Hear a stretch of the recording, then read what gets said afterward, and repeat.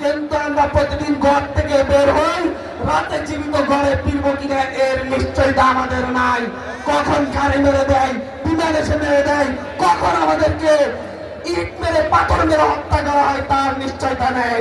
কখন আমরা ভিন্ন মত পোষণের জন্য আমাদেরকে হত্যা করা হয় তার নিশ্চয়তা নেই।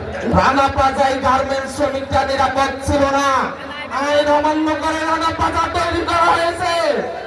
আমরা তাজরিন গার্মেন্টস এর কথা ভুলে চাই নাই, সেখানে অগ্নি নির্বাপক ব্যবস্থা না থাকার কারণে শত শত গার্মেন্টস কর্মী নিহত হয়েছে।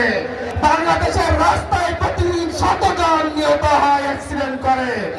আমার সামনে যে প্রজন্ম দাঁড়িয়েছে, এই প্রজন্ম প্রায় 50 বছর ধরে বাংলাদেশকে জিম্মি করে রেখে একটি পরিবার থেকে বাংলাদেশকে মুক্ত করেছে। সামনের দিনের প্রতিটি নাগরিকের, আমাদের পরবর্তী প্রজন্মের প্রতিটি মানুষের নিরাপত্তার জন্য একসাথে লড়াই হবে, একসাথে লড়াই হবে, একসাথে লড়াই হবে। এনসিপির নেতৃত্বে আগামীর বাংলাদেশে যেন আর শোক যাত্রা করতে না হয়, মানুষের নিরাপত্তা দেওয়া হয়, সেই নিশ্চয়তা করা হবে ইনশাআল্লাহ। জনাব আব্দুল হান্নান মাসুদ। আসসালামু আলাইকুম প্রিয় কুমিল্লাবাসী। আমাদের পদযাত্রা শোক যাত্রায় রূপান্তরিত হয়েছে। আমাদের পূর্বপুরুষরা 200 বছর ধরে লড়াই করে ব্রিটিশ খেপিয়েছে তাদের পরবর্তী প্রজন্মকে একটি শান্তির জীবন উপহার দেওয়ার জন্য, নিরাপদ জীবন উপহার দেওয়ার জন্য। আমাদের পূর্বপুরুষরা পাকিস্তান থেকে বাংলাদেশকে আলাদা করেছে যাতে করে তাদের পরবর্তী প্রজন্ম একটি নিরাপদ বাংলাদেশে বসবাস করতে পারে। আমাদের পূর্বপুরুষরা 1990 সালে জীবন দিয়েছে, স্বৈরাচারকে দিয়েছে, যাতে বাংলাদেশের মানুষ, পরবর্তী মানুষ, জনগণ যাতে নিরাপদে বাঁচতে পারে। কিন্তু দুঃখের বিষয়, ব্রিটিশ খেদানোর 75 বছর পরে, পাকিস্তানি হানাদারদের খেদানোর 45 বছর পরে, এরশাদ খেদানোর প্রায় 30 বছর পরে আজ আমাদের কোনো নিরাপত্তা নেই।